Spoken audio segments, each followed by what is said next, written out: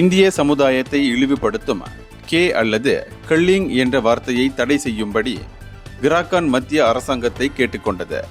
இந்த இழிச்சொல் தேசிய ஒற்றுமைக்கு மிரட்டலாக உள்ளது என்று அக்கட்சியின் தேசிய தலைவர் டத்தோ டாக்டர் டொமினிக் லாவ் கூறினார். இந்தியர்களை சிறுமைப்படுத்தும் வகையில் சமூக ஊடகங்களில் பொறுப்பற்ற தரப்பினர் இந்த வார்த்தையை அடிக்கடி பயன்படுத்துகின்றனர்.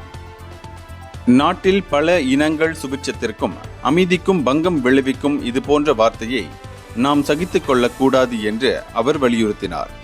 மற்ற சமயத்தையும் இனத்தையும் இழிவுபடுத்தும் சொற்கள் நாட்டின் சுபிட்சத்தின் கட்டமைப்பை கடுமையாக பாதிக்கும் என்பதையும் அவர் சுட்டிக்காட்டினார்.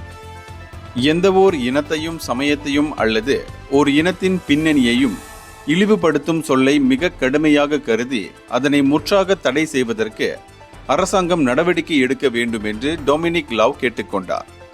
அதே போன்ற சில தரப்பினர் கோவில் ஆராம் என்ற சொல்லை பயன்படுத்துவதை தடை செய்யும்படி பிரதமர் டத்தோஸ்ரீ அன்வார் இப்ராஹிம் உத்தரவிட வேண்டும் என்று மாயிகா தேசிய துணைத் தலைவர் டத்தோஸ்ரீ எம் சரவணன் கேட்டுக்கொண்டதையும் அவர் சுட்டிக்காட்டினார்.